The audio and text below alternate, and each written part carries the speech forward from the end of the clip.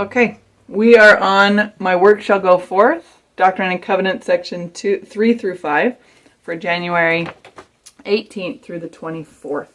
This means that we get to talk about section 4, which is incredible, and we'll get to that in just a second. First of all, let's talk about in section 3, the difference between God's straight path and what we sometimes usually like to take.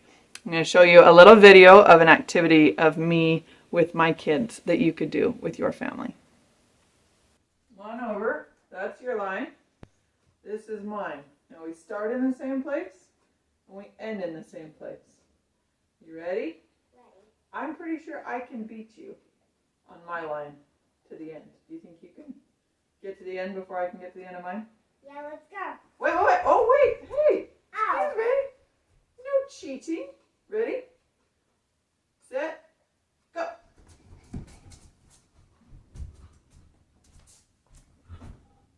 Oh, you beat me. Try again. I'm going to beat you this time. Wait. We got to soon. Jump and gun. Ready? Well, why don't you say go this time? Ready, set, go. You beat me again. Nana, you want to try? Sure.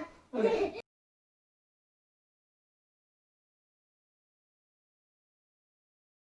Ready, set, go.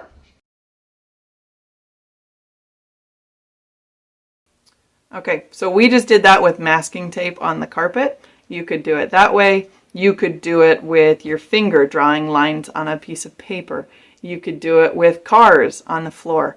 You could also make it kind of a silly game and pick a point A in your house and a point B way across the house or upstairs and make it a competition for how crazy and creative each person can get from point A to point B.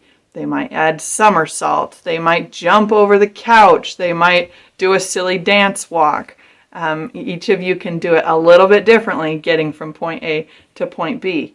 And then talk about how that's a little bit different, the ways that we come up with, versus God's straight way. We cannot talk about this section without talking about section 4, which is one of the greatest sections in the Doctrine and Covenants. It's a section that's kind of like a battle cry in my mind. It's a way to get everybody excited, everybody involved, and it's so fun. Verse 2 is one of my personal favorites, but it also talks about a field that's white, all ready to harvest. Now, a lot of the world has kind of an understanding from gardening or from pictures what it means for a field to be white and ready to harvest. But you happen to live in a place where you see harvest every single year. I'll make sure to point it out in July or August when we're watching all of the harvest happening with the wheat fields around us. But you can talk about what harvest looks like. You could talk about gardening like it talks about in the lesson manual. You could also talk about the history of farming. Now, my father was a farmer, and his father was a farmer, and his father was a farmer, and his father was a farmer. Great-great-grandfathers, all doing the same thing. But my great-great-grandfather farmed very differently than the way my father farmed. They used to farm with blades, cutting down the wheat by hand, and they would have to go out and cut it down by hand in this little field. That was all they had time for, was cutting it all down by hand. And the fields got a little bit bigger because they were using horses or donkeys to carry their plows or to drag their plows, and they were able to cut it a little bit easier that way.